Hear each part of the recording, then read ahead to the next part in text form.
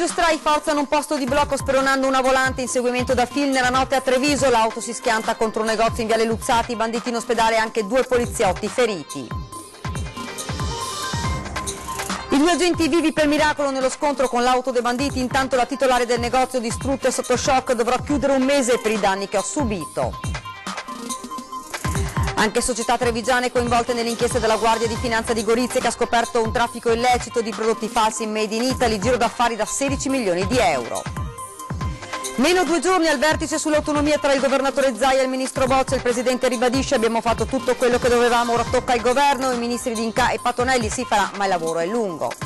E lunedì su Antenna 3 seguirà con un'edizione straordinaria ITG l'atteso vertice tra Zaia e Boccia, ospiti in studio e collegamenti costanti da Palazzo Balbi per raccontarvi l'evento diretta dalle 10:45.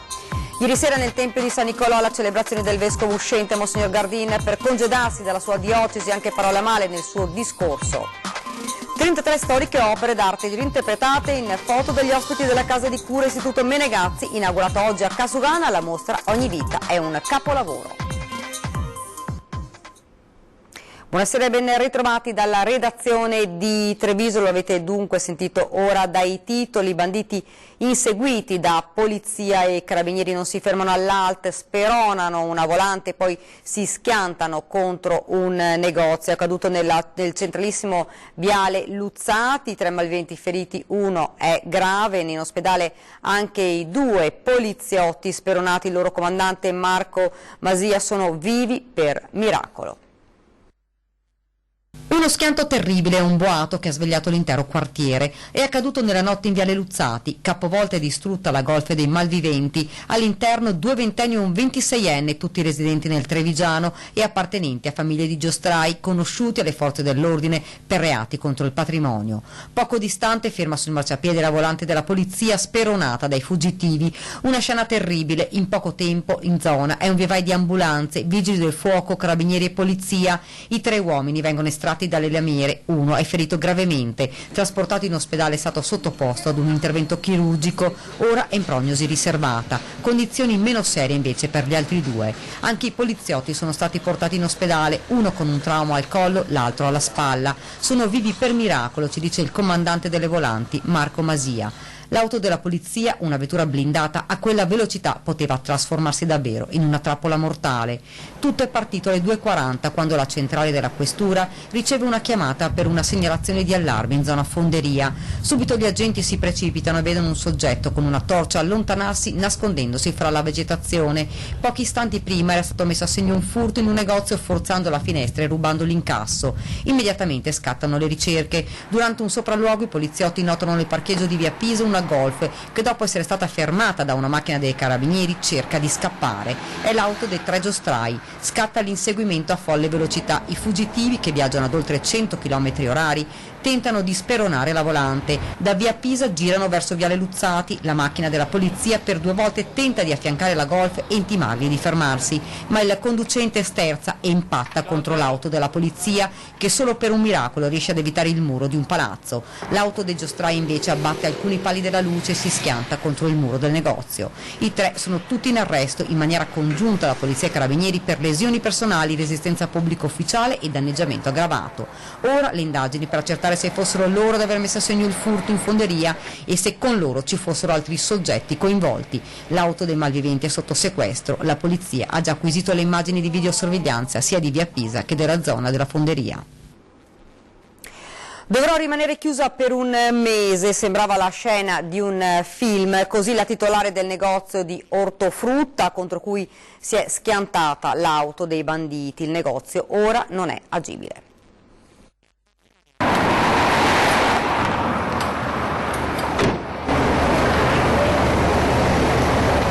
Mi hanno chiamato e sono arrivata e ho trovato il disastro fuori, sembravano le scene di un film. Quando Elfrida Tosca, titolare del negozio di ortofrutta, è arrivata ha trovato una scena agghiacciante, l'auto dei banditi capovolta, il muro devastato, le vetrate rotte. Sono entrati dentro con la macchina praticamente, hanno rovinato tutto, le vetrate, tutto. È ancora sotto shock la donna che questa mattina ha dovuto portare fuori i prodotti e vendere frutta e verdura all'esterno. Dentro non può entrare, il locale è inagibile e pericoloso. Il muro è stato puntellato per evitare che potesse cedere, i danni sono ingentissimi. Un vuoto clamoroso, la gente si è svegliata con tutto sto rumore e basta, sembravano le scene di un film, la macchina incastrata dietro il palo della luce, un disastro, mi dispiace per me che devo stare chiusa un mese. Questa mattina, dice ancora la titolare, mi sono svegliata con gli incubi. Non riesce a dimenticare quella scena, le auto di carabinieri e polizia, i lampeggianti, le lamiere dell'auto a terra. Viale Luzzati, fra l'altro, è una strada ad alta densità di abitazioni. Il grave incidente alle 3 del mattino. Poche le auto che a quell'ora transitano, ma soprattutto poche le persone presenti in zona, altrimenti poteva davvero essere una strage. Ed ora parliamo di autonomia, meno 2 giorni al vertice di Venezia tra il governatore Zaia e il ministro Boccia. Oggi dall'Assemblea degli Industriali di Vicenza Zaia ha ribadito ancora una volta che non cederà, se non sarà questo governo a concederla sarà un altro. Autonomia sempre e comunque, il Veneto non cederà il passo, che lo sappia il ministro Boccia, atteso lunedì in regione. Il governatore del Veneto Luca Zaia all'Assemblea degli Industriali a Valdagno va diritto per la sua strada, che è quella voluta dalla maggioranza dei veneti e segnata dal referendum del 2017.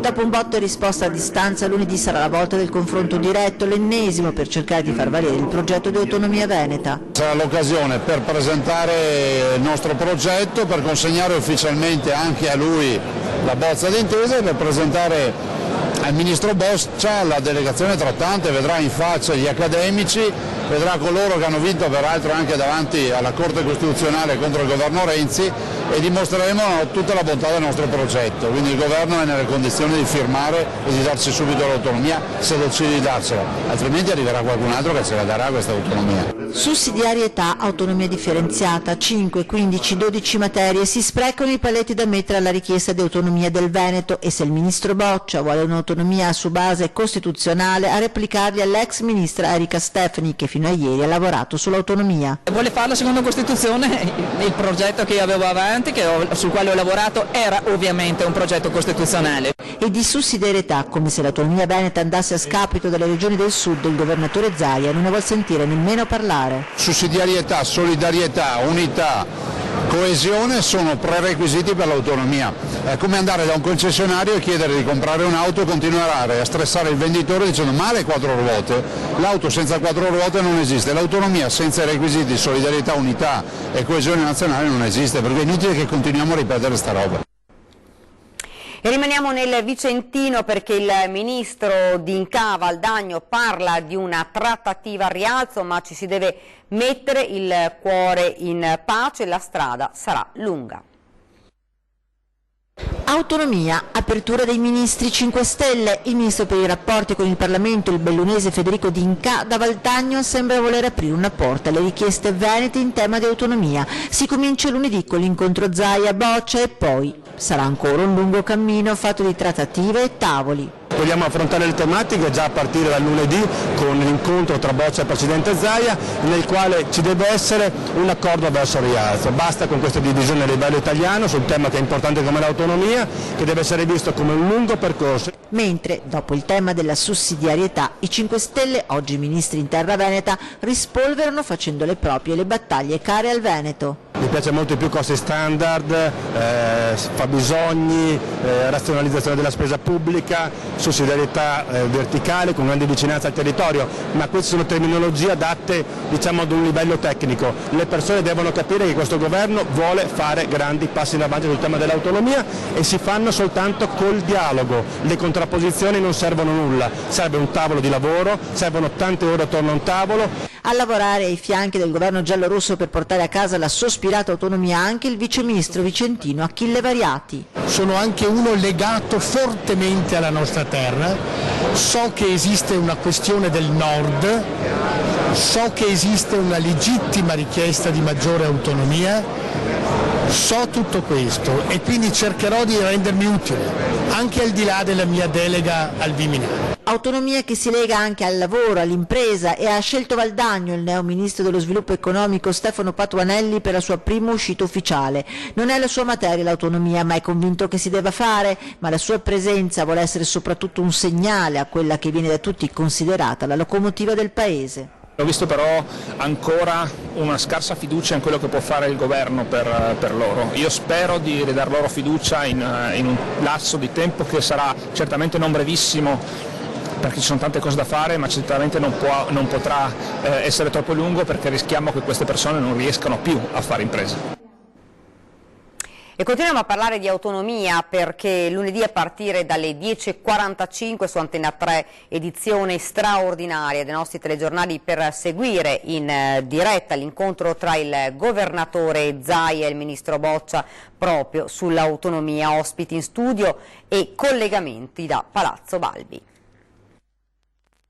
Lunedì 23 settembre, ore 11, Palazzo Balbi a Venezia, il giorno dell'atteso incontro tra il governatore Luca Zaia e il ministro per gli affari regionali Francesco Boccia, dunque è quasi arrivato. Sul tavolo il dossier dell'autonomia, un vertice che le nostre telecamere seguiranno in diretta sin dalle prime battute, con un'edizione straordinaria dei telegiornali in onda sulla nostra emittente a partire dalle 10.45. In studio, insieme al vice direttore Ferdinando Avarino, Graziano Azzalin del Partito Democratico e Simonetta Rubinato di Veneto Vivo, e poi collegamenti in diretta da Palazzo Balbi per seguire da vicino il vertice e raccogliere a caldo le dichiarazioni dei protagonisti. L'incontro sarà l'occasione per il Presidente del Veneto di ribadire le richieste della Regione, la volontà di ottenere le 23 materie e di arrivare in tempi brevi a chiudere la partita. Dall'altra la posizione del governo giallorosso e dello stesso ministro che sin dal giorno del giuramento davanti al capo dello Stato si era detto pronto a prendere in mano la questione, ma contemporaneamente aveva chiarito di volere un'autonomia non solo per alcune regioni ma per tutte, che garantisse l'unità nazionale. Lunedì il ministro vedrà prima Zaia, che consegnerà nelle mani di Boccia la bozza sull'autonomia, poi la commissione trattante. Una giornata importante che potrebbe segnare una svolta decisiva e che le nostre telecamere seguiranno in diretta. Incontro ieri sera al Galletto con il consulente economico dei governi Renzi e Gentiloni. L'onorevole Luigi Marattin ha raccontato quale deve essere l'autonomia secondo i renziani di Italia Viva. Le imposte sui redditi, nella mia visione, devono andare tutte allo Stato. E le imposte sui consumi, secondo me, devono essere devolute alla Regione. Autonomia declinata dai renziani, o per meglio dire da Italia Viva, il nuovo movimento che fa capo all'ex premier Matteo Renzi. A spiegarla ieri sera a Treviso Luigi Marattin, che con Renzi e Gentiloni a Palazzo Chigi è stato consigliere economico, con particolare attenzione alla riforma delle regole fiscali per gli enti territoriali. Marattin fino al 2018 è stato presidente della commissione tecnica sui fabbisogni standard, quelli per intenderci che per legge dovrebbero essere applicati dallo Stato per il calcolo di quanto versare alle regioni per i servizi ai cittadini. Qualcuno va mai detto che la metodologia per calcolare i costi standard c'è, è pronta? È la politica che non ha mai voluto utilizzarli, tutta la politica. Per Marattin la vera autonomia non passa attraverso le 23 materie, ma sulla definizione precisa tra Stato, Regioni, Province e Comuni metropolitani di chi riscuote le tasse in relazione ai servizi che eroga. Strumenti fiscali esclusivi, competenze esclusive, in modo che io cittadino guardo a tutti e tre i livelli di governo, a te ti ho dato della mia busta paga tot, a te tat, a te tit. Che mi hai consegnato come risultati sulle funzioni di cui tu solo sei responsabile? Tra spiegazioni economiche, infine, da Marattin c'è stata anche la stoccata al suo ex Partito Democratico. Prima stavo in un partito, diciamo, che si faceva fatica a far passare un messaggio univoco, perché dicevi una cosa e poi usciva un tuo compagno di partito a dire che in realtà non era vero, ma anche perché purtroppo il dibattito pubblico è diventato una cosa dove è difficile distinguere fra fatti e opinioni. Sono contro l'autonomia? No. Sono contro parlare e vendere l'autonomia come uno scalpo. Siamo ora alla cronaca. Operazione Made in della Guardia di Finanza di Gorizia, denunciate alla Procura della Repubblica 66 persone per falsa indicazione di origini italiane, 35 società operanti in diverse province italiane, fra le quali proprio Treviso. Scoperta dalle Fiamme Gialle l'illecita commercializzazione di prodotti recanti unitamente al tricolore italiano false diciture come ad esempio Made in Italy, prodotto italiano o italiano al 100%, sottoposti a sequestro probatorio oltre 340.000 prodotti, 217.000 kg di merci. Nel Trevigiano è stata denunciata un'azienda che opera nei prodotti elettrici e che importava dalla Romania. In totale, nell'operazione che coinvolge l'intero territorio nazionale, sono stati scoperti oltre 5.000 prodotti per un valore commerciale di 16 milioni di euro, un'indagine condotta dalla Guardia di Finanza tra il 2016 e il 2019. Grave incidente ieri sera poco prima delle 22 lungo la Feltrina Montebelluna, ancora poco chiare le dinamiche dello scontro fra le due auto coinvolte, ma ad avere la peggio sono state 2 persone rimaste ferite nell'impatto, incastrate tra le lamiere e per questo motivo trasportate all'ospedale del Sume 118. Sul posto sono intervenute le forze dell'ordine per i rilievi di rito e i vigili del fuoco di Montebelluna per la messa in sicurezza dell'area. Ed ora ci fermiamo un attimo per la pubblicità.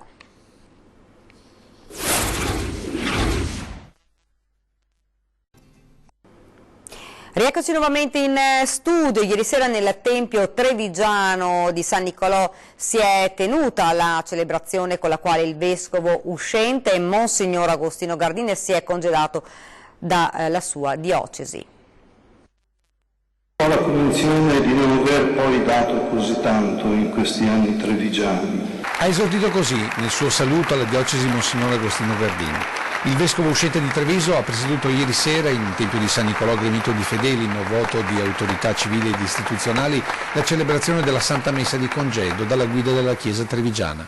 Un'omelia franca per fotografare questi 10 anni del suo insediamento, il 7 febbraio del 2010, ripercorsi in oltre 20 pagine dalla vita del popolo. Sfogliando le varie pagine del numero in uscita oggi del nostro settimanale diocesano, a cui accennava Don Adriano, mi è parso che molti interventi troppo generosi nei miei confronti descrivono più quanto avrei dovuto fare di quanto ho realmente fatto. Un'analisi franca di questo ampio capitolo del suo percorso sacerdotale, fatta con umiltà e paragonato ad un foglio scritto e riscritto a macchina. Certo, constatando errori e insufficienze, non ho chiesto di rifare il mio decennio a Treviso, non ho infilato un altro foglio, sì, non preoccupatevi, ma ho usato per me, con rassegnazione, sia pure in un altro senso, le celebri parole di Pilato, od scripsi, scripsi, quel che ho scritto. Tanti riferimenti alla fede in un percorso decennale certamente non facile, fino ad arrivare ai ringraziamenti alla sua comunità. Mi riferisco evidentemente ai preti e ai diaconi di questa diocesi. Da molti di loro ho imparato.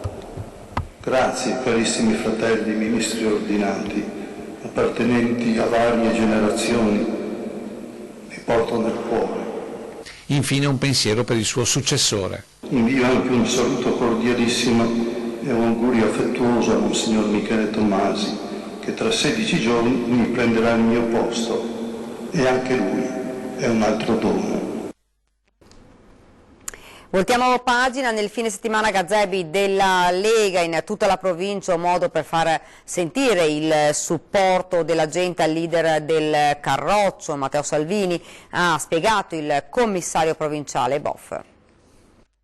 Siamo presenti, siamo sul pezzo e i nostri uomini stanno lavorando per portare avanti quello che è il messaggio. Salvini si è impegnato al massimo, noi dobbiamo tradurre questa azione anche sul territorio. Anche a Treviso, come nel resto della Marca, oggi gazebo della Lega per raccogliere firme contro l'attuale governo giallorosso e a sostegno del leader del Carroccio, Matteo Salvini. È una campagna di firme a sostegno, perché comunque noi vogliamo sempre avere il polso di quello che è l'umore della gente, di come la gente accoglie le nostre proposte. I gazebi stanno andando benissimo, è la voglia ed è la dimostrazione che la gente è con noi, la gente condivide il progetto della Lega di Salvini, che è un progetto per i cittadini italiani. Il senatore Candura promette da parte della Lega un'opposizione ferma in Parlamento. La via maestra sono le elezioni, hanno scelto l'inciucio e noi faremo un'opposizione a nome del popolo italiano, di tutti gli italiani. Le firme raccolte qui come in tutta Italia saranno poi inviate al federale.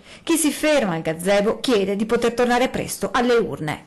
Mi dispiace, però Salvini doveva staccare e secondo me doveva staccare ancora prima. Infatti noi diciamo del gruppo così glielo dicevamo sempre, però lui teneva dura, alla fine ha dovuto staccare, insomma, ecco. Però secondo me era più giusto fare il voto, andare al voto. Non sono convinta di questo governo e ho firmato perché spero che le cose finalmente cambino. È una cozzaglia di gente che si è messa d'accordo per salvarci le spalle, perché se fossimo andati a votare sicuramente avrebbero perso ancora più consensi.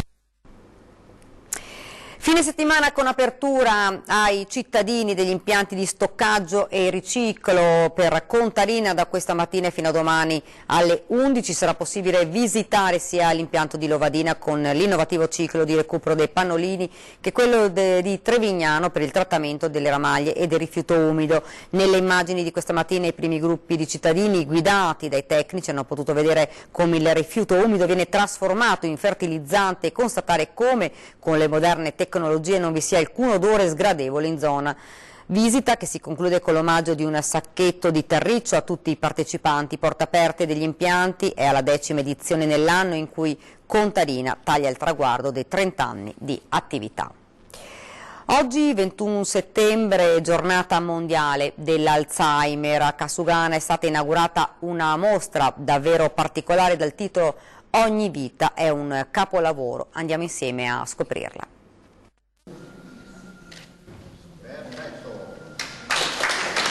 Taglio del nastro a Casugana per la mostra Ogni vita è un capolavoro, voluta e realizzata dall'ISRA, che vede in esposizione 33 fotografie che reinterpretano grandi capolavori della pittura, come La dama con l'ermellino di Leonardo, Le deux danseuses di Degas e ancora l'autoritratto con cappello di Van Gogh. Protagonisti di queste istantanee catturate dai fotografi Bruno De Martini e Roberto Volpin, 41 anziani della residenza Menegazzi, tutti non autosufficienti, molti di loro affetti da Alzheimer. Le opere veramente straordinarie messe insieme ai nostri anziani con i quali, con degli abbigliamenti che abbiamo cercato peraltro all'interno delle nostre case di riposo, abbiamo cercato di mettere insieme e di figurare questi quadri straordinari. Ci rendiamo conto di aver realizzato un progetto che ha qualcosa dentro, che tocca i cuori delle persone e di conseguenza rimane dentro. Opere d'arte che il sindaco Mario Conte ha voluto ospitare nei corridoi e nelle stanze del municipio. Sono in esposizione dei tesori che sono i nostri anziani, talvolta per l'età tendono un po' a chiudersi, invece qui grazie all'arte di Bruno e di Roberto li abbiamo aperti veramente al mondo e credo che ospitarli in questo che è un altrettanto grande tesoro della città, che purtroppo a volte resta chiuso e limitato, riservato soltanto per questioni lavorative, era giusto aprirlo alla cittadinanza. L'obiettivo dell'ISRA è quello di mantenere alta l'attenzione su una malattia, l'Alzheimer, che in Italia colpisce 1.400.000 persone. L'esposizione rimarrà ancora aperta qualche giorno a Casugana, poi verrà ospitata a San Donà per poi oltrepassare i confini veneti, per arrivare prima nelle Marche, poi in Piemonte e per tornare definitivamente a Treviso. La mostra sarà l'occasione per i trevigiani di visitare anche le stanze del municipio e da oggi sarà possibile farlo in compagnia. Abbiamo aperto gli uffici comunali agli amici Quattro Zampe e mi fa piacere vedere che tra il pubblico di questa inaugurazione ci siano anche loro. Ed ora siamo alla nostra pagina da Belluno e provincia.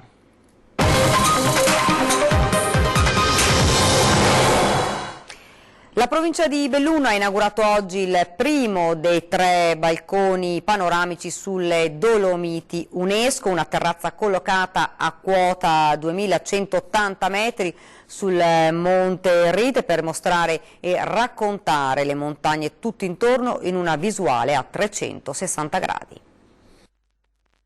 Sono quasi le 10, inizia qui oggi da Passo Cibiana la nostra giornata di full immersion, completa immersione nella natura. Oggi è il grande giorno, il giorno dell'inaugurazione del balcone panoramico sul Monte Rite. Per salire al Monte Rite utilizzeremo una navetta, il bus navetta shuttle, che è stata messa a disposizione degli ospiti della cerimonia. Con me c'è il presidente della provincia di Belluno, Roberto Padrini. Una giornata meravigliosa dal punto di vista meteorologico, ma anche molto importante proprio per il significato di questa iniziativa. Sì, perché oggi inizia questo trittico di inaugurazione di questi balconi panoramici che la provincia ha realizzato in collaborazione con la Fondazione Dolomiti UNESCO per dare un significato forte alla presenza del riconoscimento dell'UNESCO alle nostre Dolomiti, e questa è la prima inaugurazione, poi andremo sul Nevegalle e sul Monte Agudo per le altre due.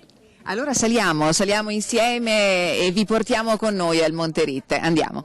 La navetta si inerpica lungo il sentiero che dal Passo Cibiana sale fino alla cima del Monte Rite. Tornante dopo tornante il viaggio comincia a disvelarci scorci di panorama mozzafiato. Incontriamo molti escursionisti, si sale a piedi o in bici fin su al rifugio, ma questa mattina pure a cavallo. Lei è proprio immerso nella parte, è proprio nella parte. Assolutamente sì, adesso dietro c'è anche il sindaco.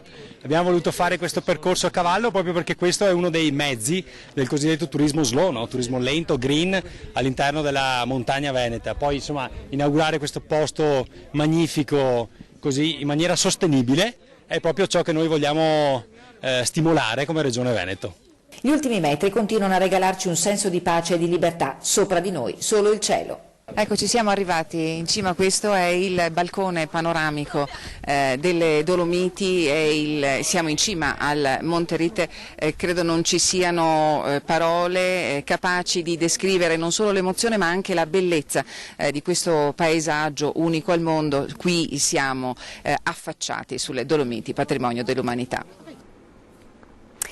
E di balconi panoramici sulle Dolomiti rientrano nel piano Expo 2015 per la valorizzazione dei siti UNESCO, il taglio del primo nastro alle 12 di oggi.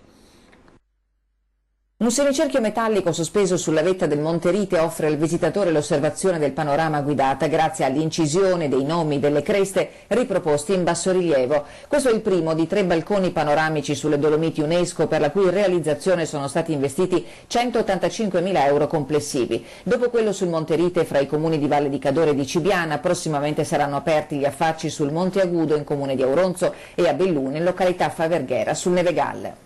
Siamo grati alla provincia, alla regione e soprattutto alla Fondazione UNESCO per aver voluto sottolineare la bellezza delle nostre montagne e soprattutto il panorama che si può vedere da qui, dal nostro Monte Rite, dal quale, ricordo, Reinhold Messner dice che si vede il panorama più suggestivo delle Dolomiti, le vette con più carattere. Suggestivo il taglio del nastro e la benedizione, cui sono seguiti i canti di montagna eseguiti dal coro del CAI di Belluno diretto da Piervito Malusà. Un evento che lega e che sicuramente dà un motore in più, una spinta in più per valorizzare ciò che già da tempo si faceva ma che secondo me in questi anni ha subito, in termini positivi, una grande accelerazione, di valorizzare il bene, il patrimonio UNESCO, le Dolomiti. Nel dettaglio il balcone panoramico del Monte Rite è stato realizzato in lamiera di acciaio e struttura in calcestruzzo armato, è provvisto di bussola panoramica di 360 gradi ed è posto a sud del Museo nelle Nuvole di Reinhold Messner. Le Dolomiti sono le montagne più belle del mondo e questo luogo, questo posto forse è uno dei migliori. Montagne visitate da turisti che hanno la coscienza e la consapevolezza di essere in un patrimonio tutelato dall'UNESCO, quindi all'insegna della sostenibilità. E con queste bellissime immagini si conclude il nostro telegiornale da Treviso e vi lascio alle previsioni del tempo. Grazie davvero per averci seguito e buona domenica.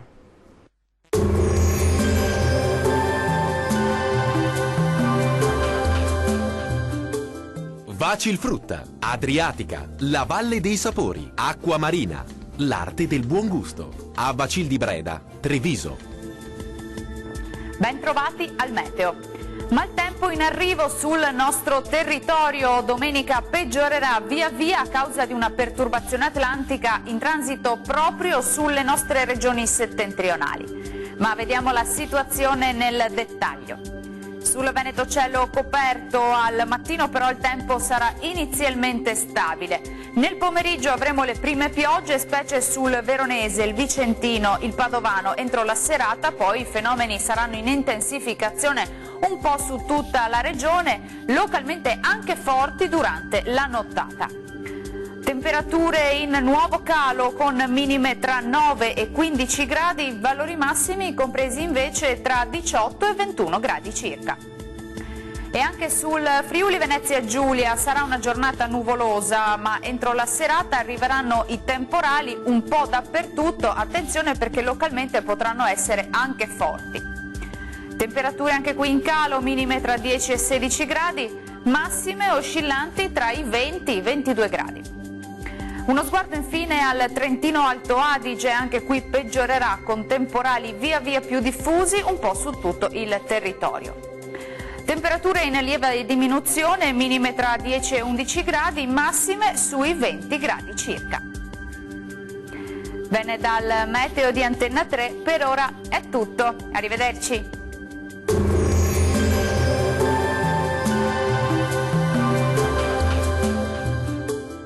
Vacilfrutta, Adriatica, la Valle dei Sapori, Acqua Marina, l'arte del buon gusto. A Bacil di Breda